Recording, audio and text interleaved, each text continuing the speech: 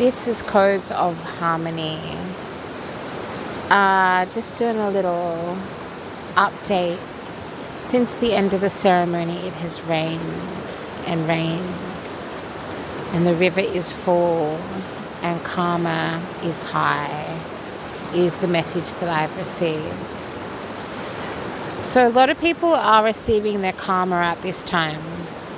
There's also a collective karma shift that is going on. This shift in karma is painful, painful to watch, painful to witness, and definitely creating a divide.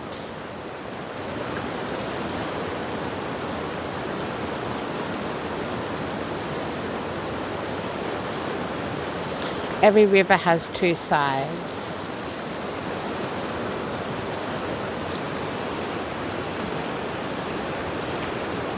So, for a lot of ones leading the way, creating change, creating light in darkness, there is a sense of sadness in having to leave behind those who refuse to awaken, or those who are choosing not to step out of the matrix.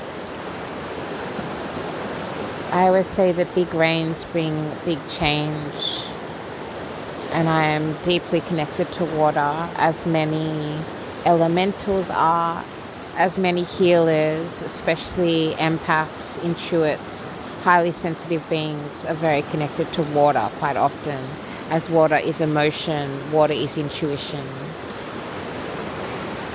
I just heard water is also karma.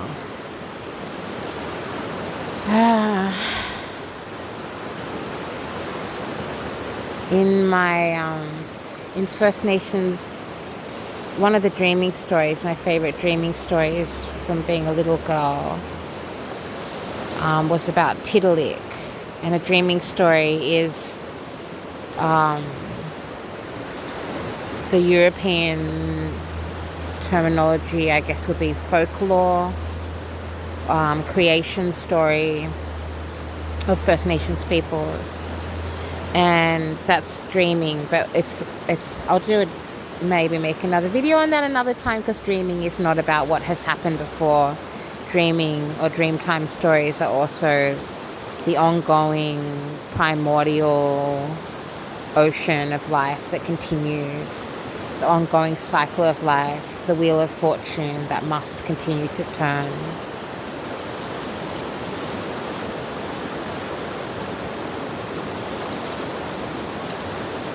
Yeah, so there's been a really big jump and a shift, definitely since Lionsgate, not just for me personally and those in my sphere, but the whole collective, the whole earth has actually had a huge shift. So you'll be noticing lots of environmental changes. I keep getting a message about sacred sites being unveiled in the next 5 months to 5 years. This is, of course, reflective of the sacred knowledge that is within many of us. Many of the awakened, many of the healers, many of the light bearers, the truth seekers, are finding and rediscovering their sacred connection to knowledge of the ether, knowledge of the universe, knowledge from the stars. Wednesday, you need to get out of there, sweetie. Wednesday. Come here. So, get out of there. She's so short. She's such a shorty. She always gets soaking wet, but she loves the river. Wednesday. Wednesday Adams officially. And yes, that does make me Morticia. I do have a Scorpio moon, which is very present in this moment as I witness collective karma, including people in my family, friends, loved ones.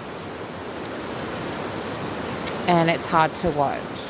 You know, whenever I watch a football game, which isn't very often, or a soccer game or any kind of sporting game, I always, no matter like the location or the colors or my connection to the team. Also, this is channeling. If you don't know what channeling is, then press pause and go research that and come on back. Because I'm not just talking about my life, I'm not just telling you stories. If something comes up in a channeling space, if I'm guided to share something, it's because it's of importance, relevance, and will be beneficial or helpful to whoever is meant to receive these messages. Anyway, so if I'm watching a game, I always like want both sides to win, unless I see that one of the sides is playing unfairly, unethically. Like, yeah, so like, I can't stand, like, I find it really, really, really difficult to watch games where it's just like one side is like totally the quote unquote underdog and it's just getting slammed by the other team, because I always know and always sensed that there is like undercurrents of why that's happening, you know, like that there's been some kind of like unethical, underhanded slight somewhere along the process of that moment, that culmination in that game, whether it is the way the teams are picked, the treatment, or the how in harmony, how balanced, how ethical the leader of the team is, the coach or whatever, if they have favoritism, if they've chosen particular players to support, or even the lowest form of attempts at camaraderie, team bullying, which is also very like offensive to people that are highly conscious, because it's like embarrassing, it's awkward. We can see through the bullies really easy, and so it's like it's a very bizarre, awkward thing to witness as a highly conscious being, especially if you're somebody who is connected to and remembers your past lives. Again, this is a channeled space. If you're watching this video or you're drawn to these messages, it's for a reason.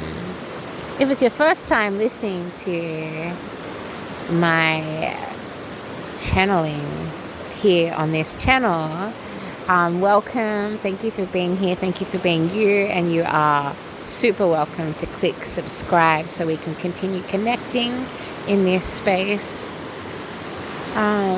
or click like, share, or subscribe. Good for your karma, good for the channel, as we all want to rise together. And that's also what this video is about, is those who don't want to rise, and the pain of being an empath and having to let go of those who do not. For a lot of you, this is happening in your families. And that's even harder because you have blood ties, because you have which blood ties are ethereal in some ways, you know, blood ties, bloodlines, especially ones that are connected to ancient knowledge. They are run very deep, sometimes under calm waters. I also watched a reading recently that said calm waters do not make good sailors. And I thought, oh, of course I was in the middle of torrential storms, beautiful, powerful rain that comes to cleanse, comes to wash away, comes to renew, comes to nurture, comes to replenish.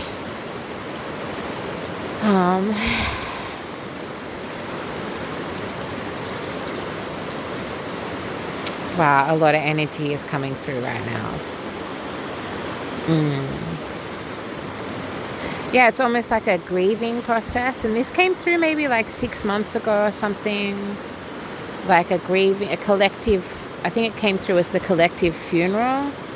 And it's like about the grieving process of letting go, like part of the healing process for everyone is letting go of the past. But what's really hard and painful for empaths is letting go of those who choose not to ascend, is letting go of those who refuse. And at the same time, we respect that, because that's our job, is to offer up answers, to channel messages, to provide light in darkness. But then, like, it's always up to each individual being. We have free will. That's the beauty. Wednesday, please get out of there. Wednesday, sweetheart. Wednesday. You're too tiny for this river. Come on now. Yeah, but then we all have free will, and that's the beauty of being human. That's why we are spiritual beings having a human experience, is the ongoing offer of free will. And we all have free will. So you can be a light in the darkness, but people can still choose to keep their eyes shut, can continue to slumber. Because the light that you are shining is a reflection of a light within themselves that they have not, or are choosing not to accept, not to see, not to respect, not to uphold.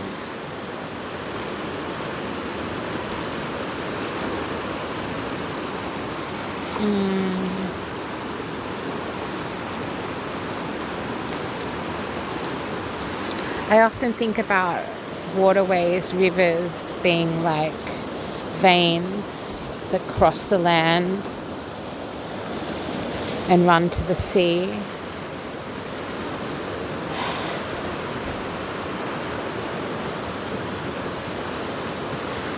The sea being like this heart, being like the heart of the water. I'm seeing I'm seeing some big messages. I'm seeing big images in my channeling right in this moment. Let me just ground.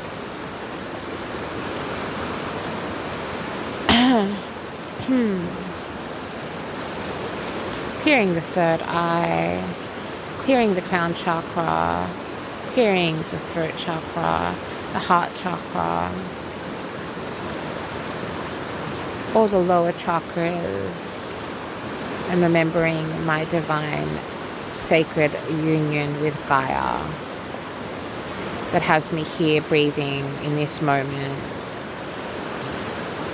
And every moment is a miracle, because I could so easily not be breathing. There's so many ways that this moment is a miracle.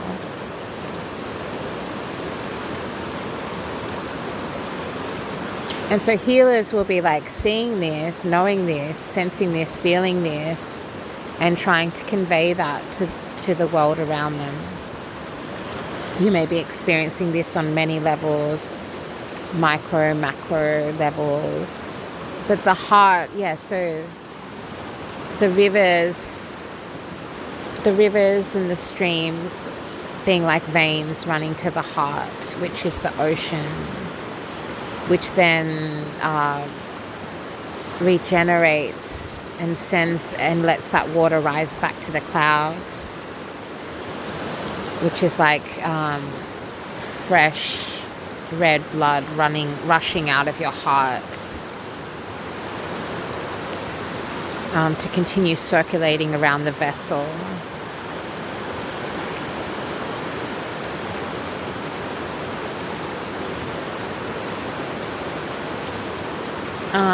That feels like it's a big message that might be literal for some of you. Some of you may have blood conditions. You may have had experiences of blood infections. You may have similarly seen rivers and streams as the veins that run across the land. Of course, the veins that run through our vessels, through our body, also carry new blood to our extremities, carry new blood to the different parts of the body to keep it warm, to keep us alive. So yeah, Gaia's really been talking to me a lot. And like some days I'm like, should I make a video? Should I? It's like there's actually so much information coming in, so much channeling. It's like, where does it begin? Where does it end? And I'm doing a lot of grid work in nature, across the energetic grids of Gaia that are highlighted, activated. Like the new layers of energetic grids that have formed in the last year are mind-blowing. They're absolutely mind-blowing, particularly to somebody who sees the grid, who knows the grid, who feels the grid, who hears Gaia and feels Gaia. For somebody who is connected to the primordial womb of the universe. For beings that, again, they're talking about past lives. And the heart space, of course, is connected to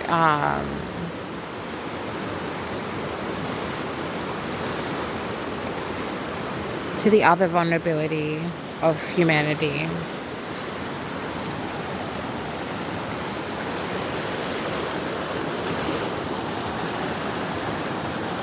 (17:07) on the tick over clock.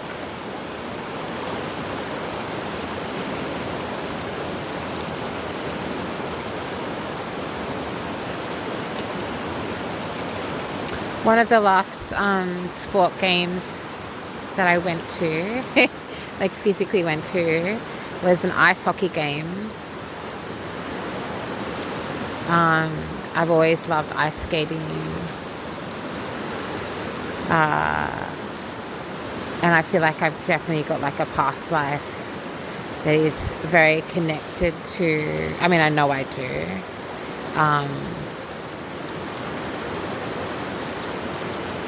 To a place where much of the land was ice much of the time.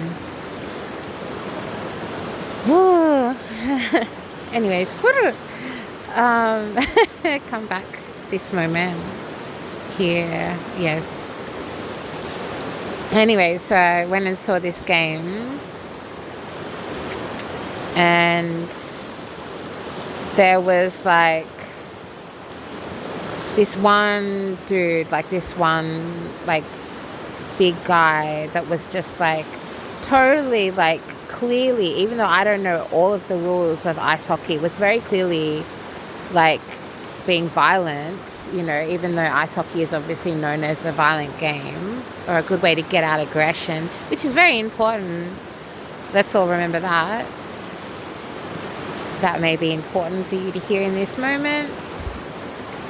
For many of you, that'll be for different reasons, of course. And sadness and anger are intertwined. Sadness and anger are definitely very connected. So the sadness, the grief that I'm speaking of watching the collective shift, watching many fall off, as well as many leave this realm physically, actually leave the 3D realm. Watching the way your loved ones are dealing with the karma and the dharma, because there's also dharma, which is your good karma coming back to you, you know.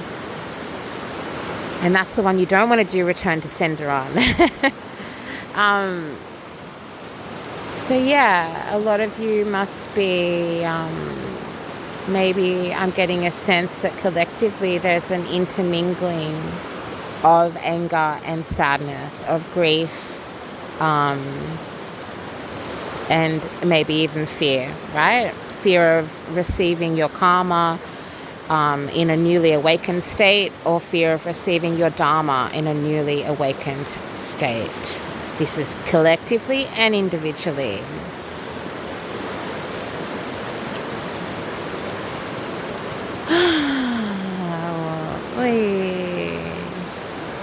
Yes, this dude in the ice hockey game is like throwing his fucking weight around, like just like shouldering people. I swear I saw him like take someone out with his ice hockey stick.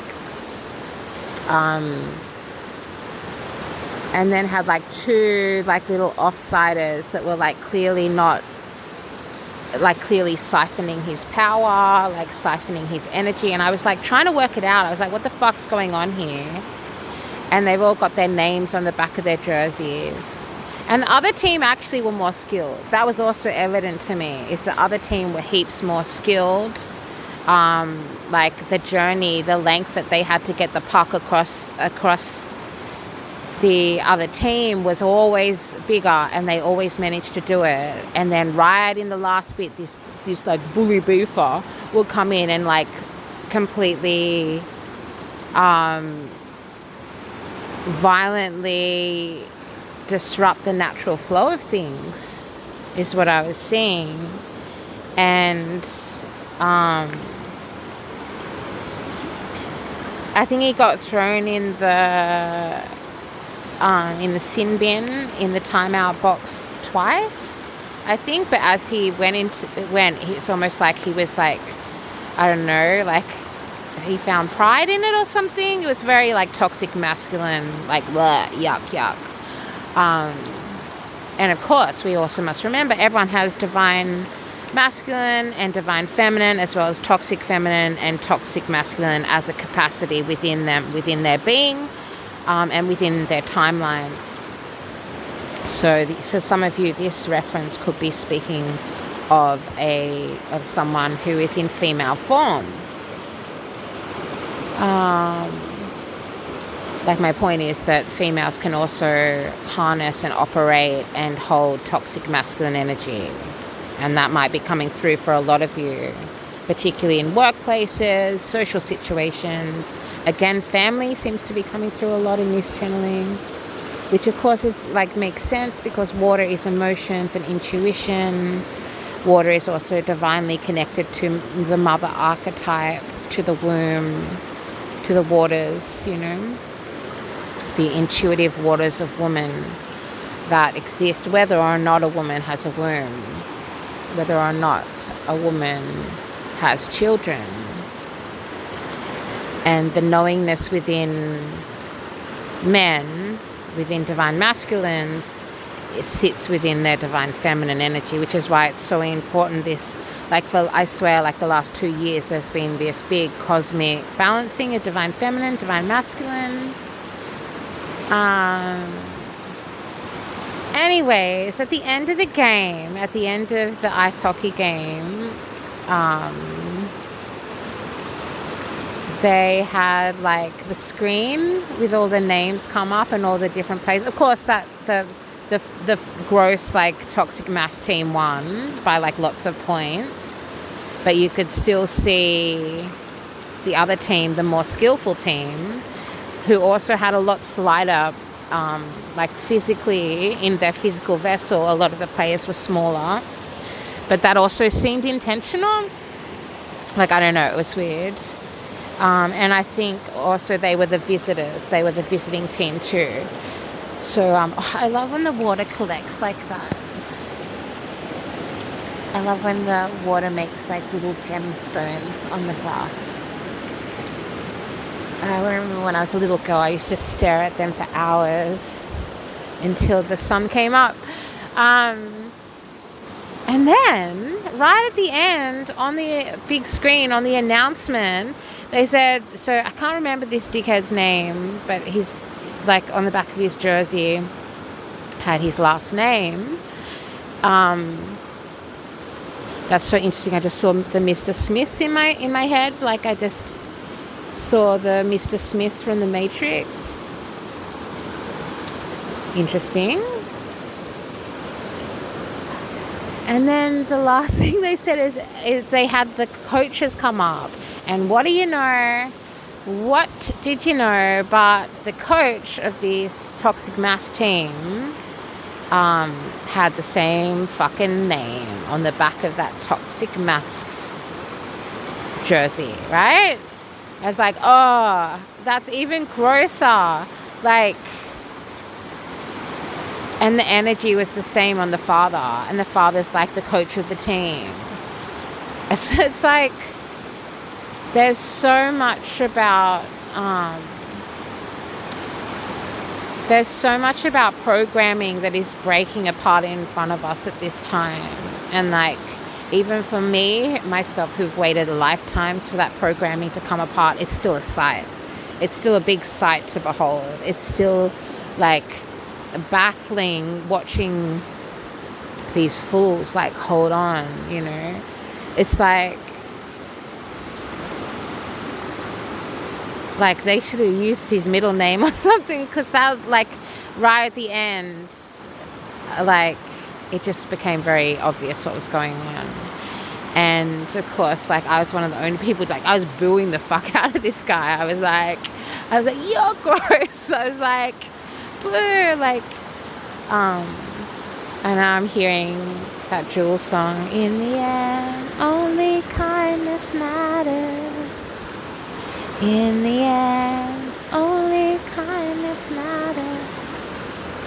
Your hands are small, I know, but they're not yours, they are my own. Yeah, that song's been coming through a bit as well in different channeling and a few different personal readings that I've been doing. The personal readings have also been, like, each personal reading I've done has been a big teaching because of the rapid changes that everyone's going through. The moss on that tree is so beautiful in this moment. The color of that moss is like, how? How, Gaia?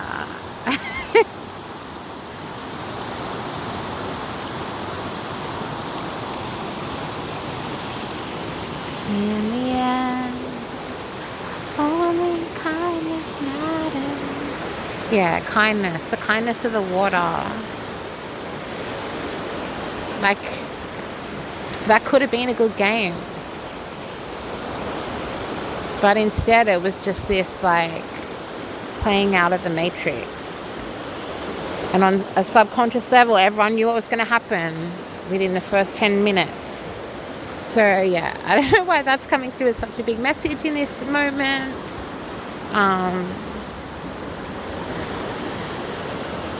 Maybe you have been on either side of these teams. You know, maybe you have identified as an underdog. Maybe you're pushing yourself into the place of an underdog when you're actually a natural born leader. Maybe you're pushing yourself into the place of a leader when actually you want to be that wallflower.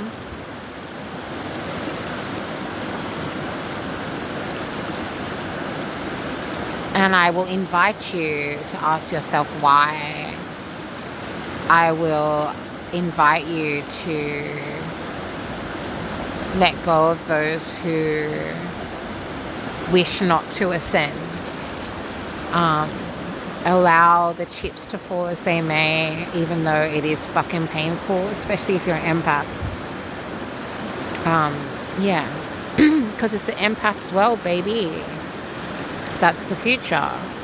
The future is the value of your kindness and your love. But there's also been a lot of messages coming through around the importance of where you place that kindness, where you place that love, and you must know and learn to stand up for yourself, speak your truth, because truth and kindness are one in the same. True kindness, right?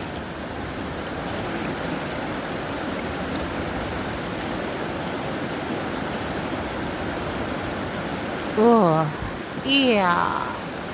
All the water. Yeah, water portals. Allowing your feelings to be the guiding lights. Allowing your intuition to be the guiding force. And just hoping that others are doing the same. That's all we can do in this moment. This miracle of the collective awakening, of the collective ascension. Hey, have you got yourself stuck? Are you stuck there, baby? Oh. See, sometimes we just need a little encouragement, eh? It's also been coming through a lot about empaths getting their flowers. You know, that's like a term that seems to be around in the populace, in the collective a lot. I actually hadn't heard it before recently, like the last year or whatever. The idea of giving people their flowers, giving them their props, giving them acknowledgement. And of course, this is also about acknowledging thyself, calling in your dharma and accepting your karma and allowing others to do the same. Wednesday Adams.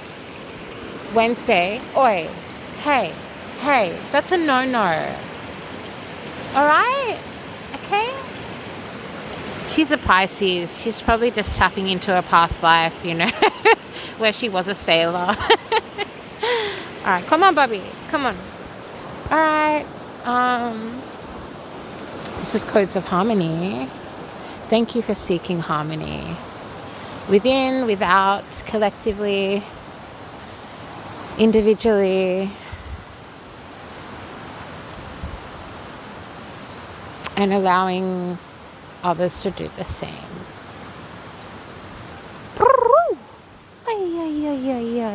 The mist is back. So magic. So magical.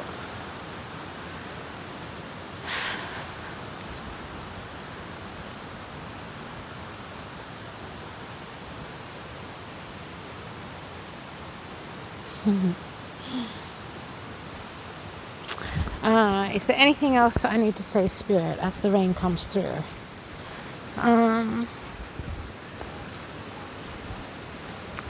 Divine masculines, shadow work around your divine feminine is a good idea at this time, as the injustices and imbalancing of the way women and men have been treated throughout time is also coming into balance, and it's coming into balance in a very abrupt, it can feel abrupt, but it's not actually abrupt. And don't forget to put spirit plates out for your ancestors to let them know that we love them and we're grateful. And the more we do this, the more that sacred knowledge that is within will be opened up and unfolded and unfurled. 333 on the tick over clock.